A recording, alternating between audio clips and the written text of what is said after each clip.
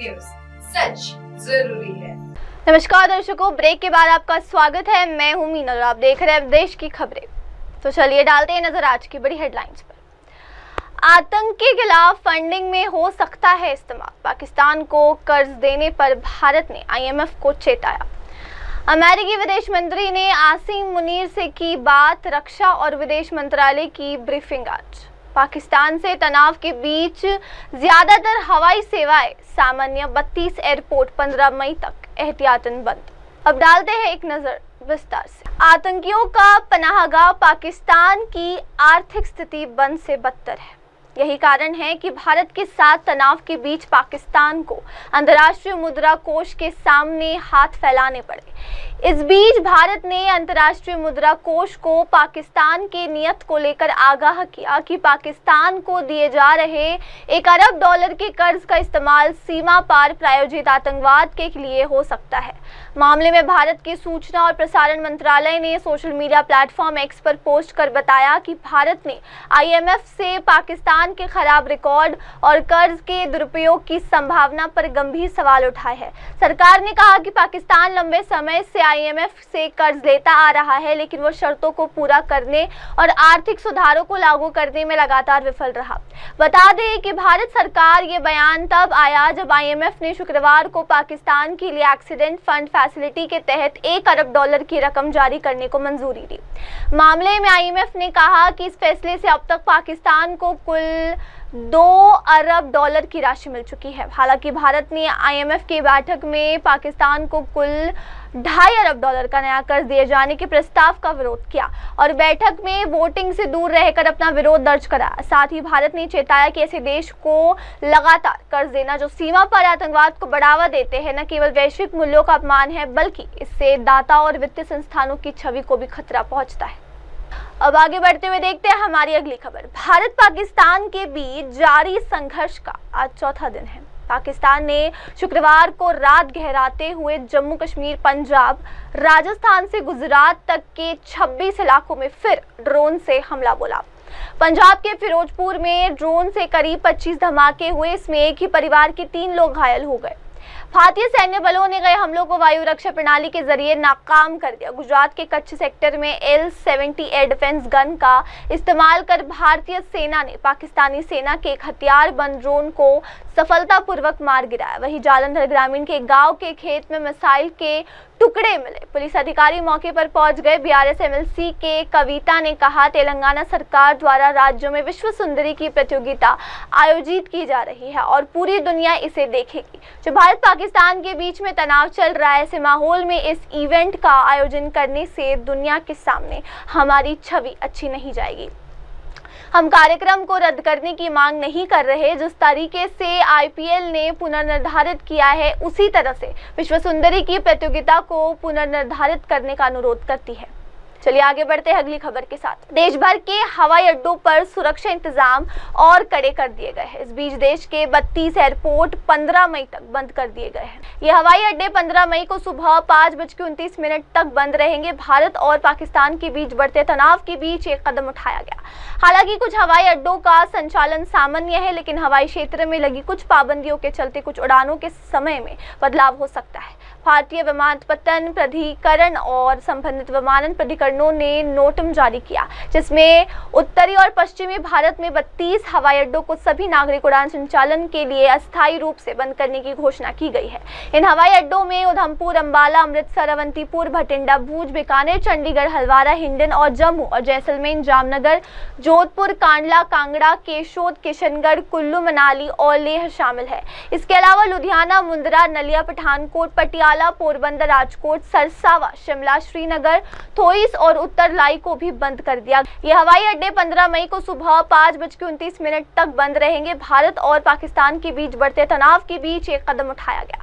हालांकि कुछ हवाई अड्डों का संचालन सामान्य है, लेकिन हवाई क्षेत्र में लगी कुछ पाबंदियों के चलते कुछ उड़ानों के समय में बदलाव हो सकता है।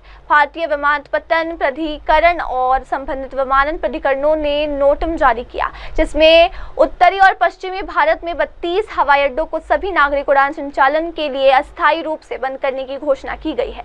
इन हवाई अड्डों में उधमपुर, अंबाला, अमृतसर, अवंतीपुर, भटिंडा, भूज, बीकानेर, चंडीगढ़, हलवारा, हिंडन और जम्मू और जैसलमेर, जामनगर, जोधपुर, कांडला, कांगड़ा, केशोद, किशनगढ़, कुल्लू, मनाली और लेह शामिल है। इसके अलावा लुधियाना, मुंद्रा, नलिया, पठानकोट, पटियाला, पोरबंदर, राजकोट, सरसावा, शिमला, श्रीनगर, थोइस और उत्तर लाई को भी बंद कर दिया गया है। ये हवाई अड्डे 15 मई को सुबह 5:29 तक बंद रहेंगे। भारत और पाकिस्तान के बीच बढ़ते तनाव के बीच एक कदम उठाया गया। हालांकि कुछ हवाई अड्डों का संचालन सामान्य है, लेकिन हवाई क्षेत्र में लगी कुछ पाबंदियों के चलते कुछ उड़ानों के समय में बदलाव हो सकता है। भारतीय विमानपत्तन प्राधिकरण और संबंधित विमानन प्राधिकरणों ने नोटिस जारी किया, जिसमें उत्तरी और पश्चिमी भारत में 32 हवाई अड्डों को सभी नागरिक उड़ान संचालन के लिए अस्थायी रूप से बंद करने की घोषणा की गई है। इन हवाई अड्डों में उधमपुर, अंबाला, अमृतसर, अवंतीपुर, भटिंडा, भूज, बीकानेर, चंडीगढ़, हलवारा, हिंडन और जम्मू और जैसलमेर, जामनगर, जोधपुर, कांडला, कांगड़ा, केशोद, किशनगढ़, कुल्लू, मनाली और लेह शामिल है। इसके अलावा लुधियाना, मुंद्रा, नलिया, पठानकोट, पटियाला, पोरबंदर, राजकोट, सरसावा, शिमला, श्रीनगर, थोइस और उत्तर लाई को भी बंद कर दिया गया है। चलिए डालते हैं नजर अगली खबर पर। जम्मू कश्मीर के राजौरी में पाकिस्तानी गोलाबारी में अतिरिक्त जिला विकास आयुक्त राजकुमार थप्पा की मौत हो गई। जम्मू कश्मीर के मुख्यमंत्री उमर अब्दुल्ला ने एक्स पर पोस्ट कर ये जानकारी दी है। अधिकारियों ने बताया कि राजौरी के अतिरिक्त उपायुक्त राजकुमार थापा और उनके 2 कर्मचारी राजौरी शहर में उनके आवास पर तोप के गोले से गंभीर रूप से घायल हो गए। उन्हें सरकारी मेडिकल कॉलेज ले जाया गया। यहाँ थापा की मौत हो गई, जबकि उनके कर्मचारियों की हालत गंभीर बताई जा रही है।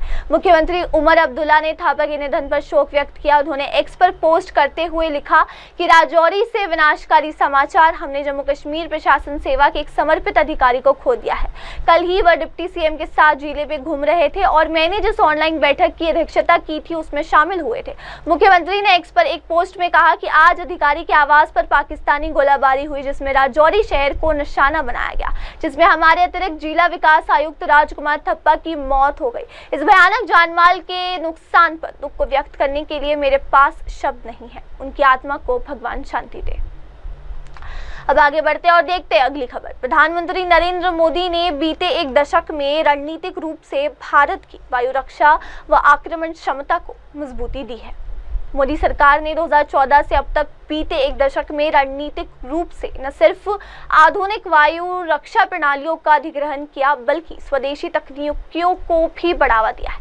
ये समग्र दृष्टिकोण भारत को एक ऐसी मजबूत स्थिति में लाकर खड़ा करता है जहां वो अपनी सुरक्षा को सुनिश्चित करने के साथ साथ दुनिया के सामने एक शक्तिशाली देश के रूप में उभरता है। सरकार के बड़े फैसलों से देश का वायु रक्षा तंत्र उल्लेखनीय रूप से सशक्त हुआ है। भारत आज एक ऐसा तकनीकी रूप से सक्षम हवाई क्षेत्र रक्षा तंत्र चला रहा है जो न सिर्फ समय से पहले खतरे का पता लगाने में सक्षम है, बल्कि उन्हें जाम करने और नष्ट करने का भी सामर्थ्य रखता है। ऑपरेशन सिंदूर ने यह साबित कर दिया कि भारत अब सिर्फ अपनी हवाई सीमाओं की रक्षा नहीं करता, बल्कि उन्हें नियंत्रित भी करता है। भारत का ये कदम न केवल उसकी सैन्य शक्ति को बढ़ाता है, बल्कि अंतर्राष्ट्रीय स्तर पर उसकी प्रतिष्ठा को भी मजबूती से प्रदान। मोदी सरकार ने 2014 से अब तक बीते एक दशक में रणनीतिक रूप से न सिर्फ आधुनिक वायु रक्षा प्रणालियों का अधिग्रहण किया, बल्कि स्वदेशी तकनीकों को भी बढ़ावा दिया है। ये समग्र दृष्टिकोण भारत को एक ऐसी मजबूत स्थिति में लाकर खड़ा करता है जहां वो अपनी सुरक्षा को सुनिश्चित करने के साथ साथ दुनिया के सामने एक शक्तिशाली देश के रूप में उभरता है। सरकार के बड़े फैसलों से देश का वायु रक्षा तंत्र उल्लेखनीय रूप से सशक्त हुआ है। भारत आज एक ऐसा तकनीकी रूप से सक्षम हवाई क्षेत्र रक्षा तंत्र चला रहा है जो न सिर्फ समय से पहले खतरे का पता लगाने में सक्षम है, बल्कि उन्हें जाम करने और नष्ट करने का भी सामर्थ्य रखता है। ऑपरेशन सिंदूर ने यह साबित कर दिया कि भारत अब सिर्फ अपनी हवाई सीमाओं की रक्षा नहीं करता, बल्कि उन्हें नियंत्रित भी करता है। भारत का ये कदम न केवल उसकी सैन्य शक्ति को बढ़ाता है, बल्कि अंतर्राष्ट्रीय स्तर पर उसकी प्रतिष्ठा को भी मजबूती से प्रदान करता है।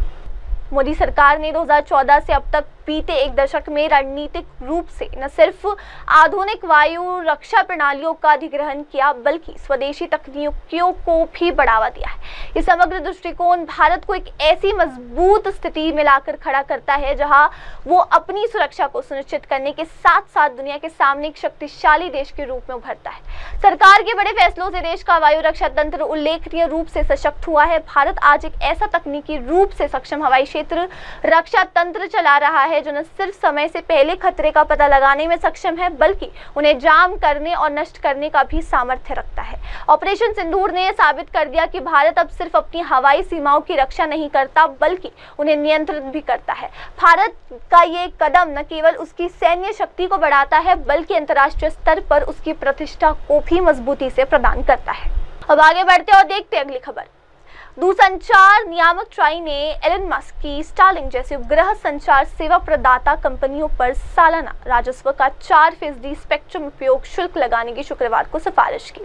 इसके साथ ही प्रति शहर ग्राहक 500 रुपए का वार्षिक शुल्क भी देना होगा। ये सिफारिशें एलन मस्क की स्टारलिंक के भारत में आने से पहले की गई। इसके साथ ही प्रति शहरी ग्राहक 500 रुपए का वार्षिक शुल्क भी देना होगा। ये सिफारिशें एलन मस्क की स्टारलिंक के भारत में आने से पहले की गई। ट्राई ने कहा सैटेलाइट के लिए स्पेक्ट्रम आवंटन सिर्फ 5 साल तक होगा जिसे 2 साल तक बढ़ाया जा सकता है। स्टारलिंक ने स्पेक्ट्रम की न्यूनतम 15 साल की वैधता मांगी थी। सिफारिश के मुताबिक 8% का प्राधिकरण शुल्क भी लागू होगा जो दूरसंचार ऑपरेटरों और फिक्स्ड लाइन इंटरनेट प्रदाताओं को लिए लागू हो सकता है। इन शुल्कों और अधिभारों के कारण स्टारलिंक सेवाओं की लागत 4200 से अधिक होने की संभावना। इसके साथ ही प्रति शहर ग्राहक 500 रुपए का वार्षिक शुल्क भी देना होगा। ये सिफारिशें एलन मस्क की स्टारलिंक के भारत में आने से पहले की गई। इसके साथ ही प्रति शहरी ग्राहक 500 रुपए का वार्षिक शुल्क भी देना होगा। ये सिफारिशें एलन मस्क की स्टारलिंक के भारत में आने से पहले की गई। ट्राई ने कहा सैटेलाइट के लिए स्पेक्ट्रम आवंटन सिर्फ 5 साल तक होगा जिसे 2 साल तक बढ़ाया जा सकता है। स्टारलिंक ने स्पेक्ट्रम की न्यूनतम 15 साल की वैधता मांगी थी। सिफारिश के मुताबिक 8% का प्राधिकरण शुल्क भी लागू होगा जो दूरसंचार ऑपरेटरों और फिक्स्ड लाइन इंटरनेट प्रदाताओं को लिए लागू हो सकता है। इन शुल्कों और अधिभारों के कारण स्टारलिंक सेवाओं की लागत 4200 से अधिक होने की संभावना है। अब आगे बढ़ते हुए देखते हैं अगली खबर। भारत और पाकिस्तान के बीच बढ़ते सैन्य तनाव के मद्देनजर वित्त मंत्री निर्मला सीतारमण ने शुक्रवार को बैंकों और बीमा कंपनियों के प्रमुखों के साथ उच्च स्तरीय बैठक की और उन्हें हर परिस्थिति में ग्राहकों को निर्बाध सेवाएं देने के लिए सतर्क रहने को कहा। बैठक के दौरान उन्होंने बैंकों और वित्तीय क्षेत्र की साइबर सुरक्षा और ऑपरेशनल तैयारियों की समीक्षा की। उन्होंने कहा कि संकट की घड़ी में आर्थिक स्थिरता बनाए रखने में बैंकिंग और वित्तीय संस्थानों की अहम भूमिका होती है। वित्त मंत्री ने स्पष्ट किया कि बैंकिंग सेवाएं चाहे वो फिजिकल हो या डिजिटल, बिना किसी रुकावट और तकनीक खामी के सुचारू रूप से चलनी चाहिए। उन्होंने सभी बैंकों को आपातकालीन प्रोटोकॉल को अपडेट करने और संभावित संकटों से निपटने के लिए उनका परीक्षण करने का भी निर्देश दिया। सीतारमण ने सीमावर्ती इलाकों में कार्यरत बैंक कर्मचारियों और उनके परिवारों की सुरक्षा सुनिश्चित करने को भी कहा। इसके अलावा बैंकों में इससे कहा गया कि वे सुरक्षा एजेंसियों के साथ समन्वय स्थापित कर अपने परिसरों की सुरक्षा को मजबूत बनाएं। बैठक में वित्त मंत्रालय के वित्तीय सेवा विभाग, भारतीय reserve bank, Indian computer agency response team, बीमा नियामक एवं विकास प्राधिकरण और national payments corporation of India के वरिष्ठ अधिकारी शामिल। बैठक के दौरान उन्होंने बैंकों और वित्तीय क्षेत्र की साइबर सुरक्षा और ऑपरेशनल तैयारियों की समीक्षा की। उन्होंने कहा कि संकट की घड़ी में आर्थिक स्थिरता बनाए रखने में बैंकिंग और वित्तीय संस्थानों की अहम भूमिका होती है। वित्त मंत्री ने स्पष्ट किया कि बैंकिंग सेवाएं चाहे वो फिजिकल हो या डिजिटल, बिना किसी रुकावट और तकनीक खामी के सुचारू रूप से चलनी चाहिए। उन्होंने सभी बैंकों को आपातकालीन प्रोटोकॉल को अपडेट करने और संभावित संकटों से निपटने के लिए उनका परीक्षण करने का भी निर्देश दिया।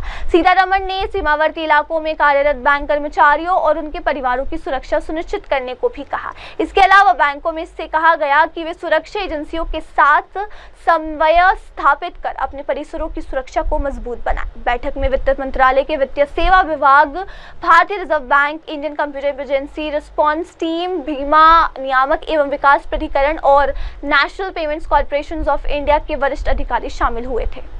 दर्शकों, फिलहाल वक्त हो गया है ब्रेक का। ब्रेक के बाद लौटेंगे और जानेंगे दुनिया भर की तमाम खबरें। आप बने रहे हमारे साथ से फेमिनिस्ट न्यूज टीवी पर। नमस्कार। आप देख रहे हैं